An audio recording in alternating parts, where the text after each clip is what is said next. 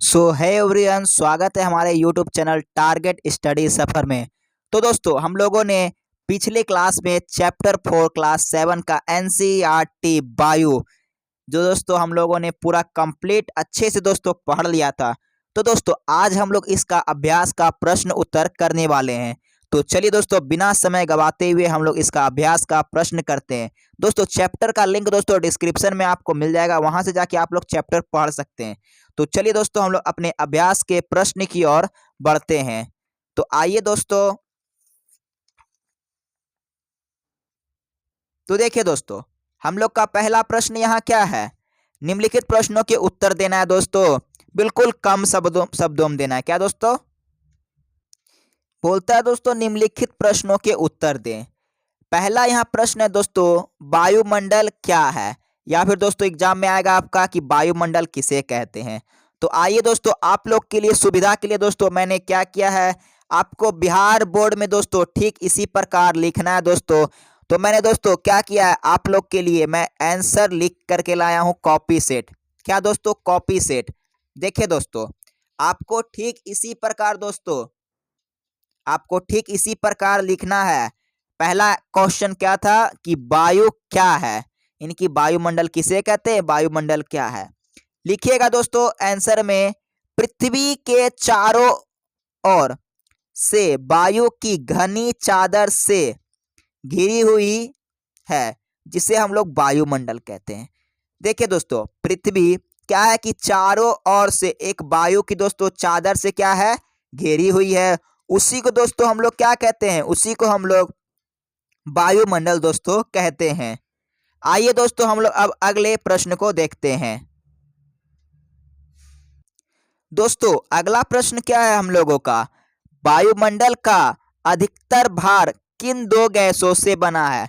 दोस्तों, वायुमंडल का अधिकतर जो भाग है वो किन दो गैसों से दोस्तों बना है।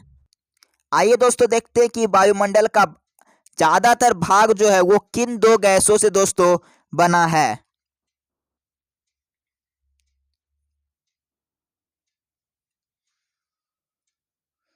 तो देखिए आंसर है क्या है दोस्तों कि वायुमंडल का अधिकतर भाग नाइट्रोजन तथा ऑक्सीजन से बना है।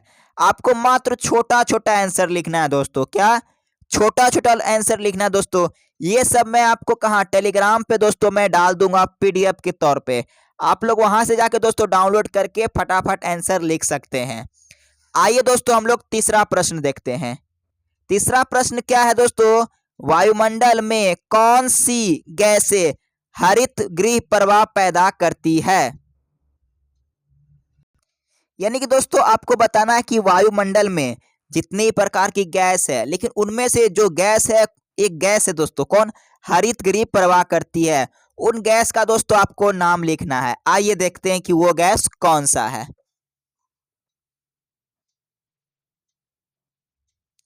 तो देखिए आंसर है दोस्तों, वायुमंडल में CO2 मतलब कार्बन डाइऑक्साइड, CH4 यानी दोस्तों मीथेन, और आगे क्या है दोस्तों N2O यानी कि नाइट्रस, ऑक्सीजन, फ्लोरियम, फ्लोरेनेट गैस, क्या है दोस्तों, ये सब गैस क्या हरित गृह प्रभाव पैदा करती है। कौन गैस दोस्तों, 1 2 3 4 5, ये 5 गैसें हैं दोस्तों, वायुमंडल में क्या करती है, हरित गृह दोस्तों पैदा करती है। आइए दोस्तों, हम लोग अपने अगले प्रश्न को देखते हैं। अगला प्रश्न दोस्तों क्या है, आगे का दोस्तों हम लोगों का प्रश्न है, मौसम किसे कहते हैं। दोस्तों, मौसम किसे कहते हैं, आइए देखते हैं। घबराएं नहीं दोस्तों, बिल्कुल क्लास को अंत तक देखें। देखिए दोस्तों, मौसम किसे कहते हैं, वायुमंडल की प्रत्येक घंटे तथा दिन प्रतिदिन की स्थिति को दोस्तों क्या कहते हैं, मौसम कहते हैं। यानी कि वायुमंडल में 1 सेकेंड 2 सेकेंड पूरा जितना भी 24 घंटा में दिन होता है, एक दिन पूरा जितना भी दोस्तों घंटा में हम लोगों की स्थिति में जो परिवर्तन आता है, सभी को हम लोग क्या दोस्तों मौसम कहते हैं। आइए दोस्तों, हम लोग देखते हैं अब अगले प्रश्न। छोटा छोटा प्रश्न है दोस्तों, चैप्टर पढ़ लीजिएगा तो बिल्कुल मजा आ जाएगा। वर्षा के 3 प्रकार लिखें। दोस्तों वर्षा के 3 प्रकार मैंने बताया, संघीय वर्षा, पर्वतीय वर्षा, चक्रीय वर्षा। तो आइए दोस्तों इसको मैं किस प्रकार लिखना है मैं बताता हूं। दोस्तों आपको लिखना है वर्षा के 3 प्रकार, संघवनीय वर्षा, पर्वतीय वर्षा, चक्रवाती वर्षा। बस दोस्तों इतना लिख देना है और ज्यादा नहीं लिखना है दोस्तों, क्योंकि ज्यादा लिखिएगा तो एग्जाम में नंबर कट जाता है। सिर्फ पॉइंट लिखिएगा। आगे का दोस्तों हम लोगों का है वायुमंडल क्या है। दोस्तों वायुमंडल क्या है आइए देखते हैं। ये सब दोस्तों मैं आपको बता दिया हूं, लेकिन फिर भी मैं एक बार पुनः बता देता हूं। आंसर है दोस्तों पृथ्वी की सतह पर वायु के भार द्वारा लगाया गया दाब वायुमंडल कहलाता है। दोस्तों पृथ्वी की सतह पर वायु के भार द्वारा लगाया गया दाब क्या कहलाता है? वायु दाब कहलाता है। ठीक है, ठीक दोस्तों इसी प्रकार आपको एग्जाम में भी लिखना है। अब आइए दोस्तों हम लोग एक नंबर देख लिए, अब देखते हैं दोस्तों दूसरा नंबर। देखिए दोस्तों दूसरा नंबर क्या है, सही उत्तर चिन्हित करना है। आपको दोस्तों सही उत्तर का निशान लगाना है। कहता है निम्नलिखित में से कौन सी गैस हमें सूर्य की हानिकारक किरणों से बचाती है? नाइट्रोजन, एक minute, carbon dioxide, nitrogen, ozone. तो दोस्तों मैंने चैप्टर में बताया कि ओजोन गैस जो है दोस्तों वो क्या करती है, सूर्य से आने वाली हानिकारक किरणों से दोस्तों हम लोगों की क्या करती है, रक्षा करती है। आगे दोस्तों हम लोगों का प्रश्न है वायुमंडल की सबसे महत्वपूर्ण परत कौन है? दोस्तों वायुमंडल की सबसे महत्वपूर्ण परत कौन है?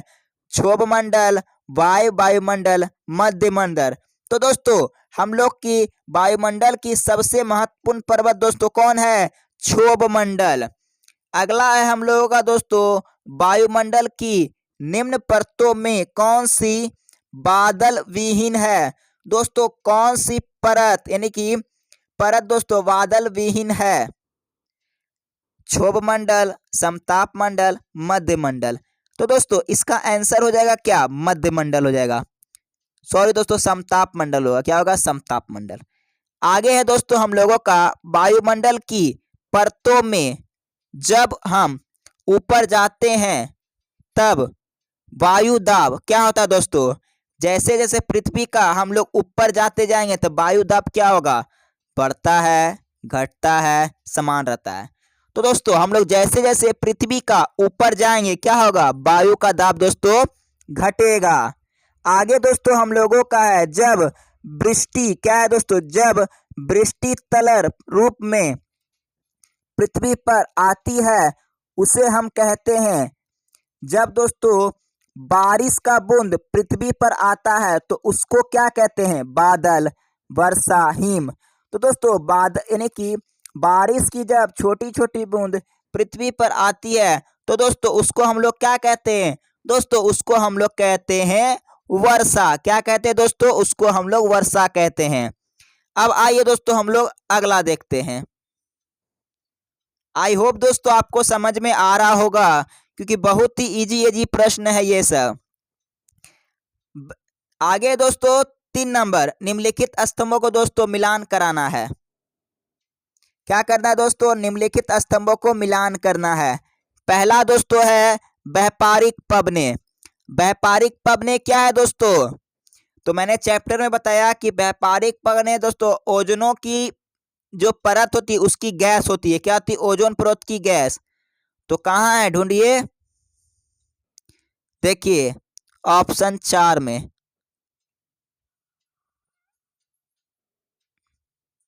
पहला का हो जाएगा 4। ठीक है, लू। लू क्या है दोस्तों? अस्थाई पवने होती है। अस्थाई, अस्थाई पवन। ये क्या? ये अस्थाई, स्थानीय। ये दोनों में ध्यान से देखिएगा दोस्तों, स्थानीय पवन होगा। क्या होगा? स्थानीय पवन। घबराइएगा नहीं। आगे दोस्तों मानसून। मानसून क्या है? क्षैतिज गति, पवन की क्षैतिज गति होती है। ये देखिए 3 नंबर में।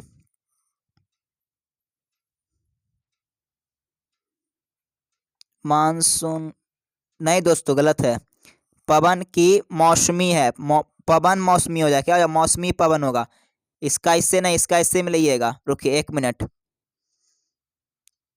एक बच्चा कमेंट कर रहा था कि इसका इससे होगा। आप लोग मेरे को भी घबरा देते हैं। देखिए इससे होगा, ठीक है। पवन किससे होगा दोस्तों? पवन, पवन का मिलान दोस्तों 3 नंबर से कीजिएगा। किसका? पवन का मिलान 3 नंबर से कीजिएगा। देखिए दोस्तों, हम लोगों ने इसका चैप्टर कंप्लीट कर लिया, एमसीक्यू कर लिया और दोस्तों अभ्यास का पूरा प्रश्न उत्तर कर लिया। देखिए दोस्तों, इसका पीडीएफ कहाँ मिलेगा? इसका पीडीएफ दोस्तों आपको टेलीग्राम में मिल जाएगा, पूरा क्वेश्चन आंसर के साथ। दोस्तों टेलीग्राम का लिंक डिस्क्रिप्शन में है। अगला दोस्तों चैप्टर हम लोग का होगा 5वां चैप्टर। तो दोस्तों 5वां चैप्टर देखने के लिए चैनल को सब्सक्राइब करें और लाइक करें, वीडियो को ज़्यादा शेयर कीजिए। ठीक है दोस्तों, मिलते हैं अपने नेक्स्ट वीडियो में। तब तक के लिए जय हिंद, धन्यवाद, बने रहें।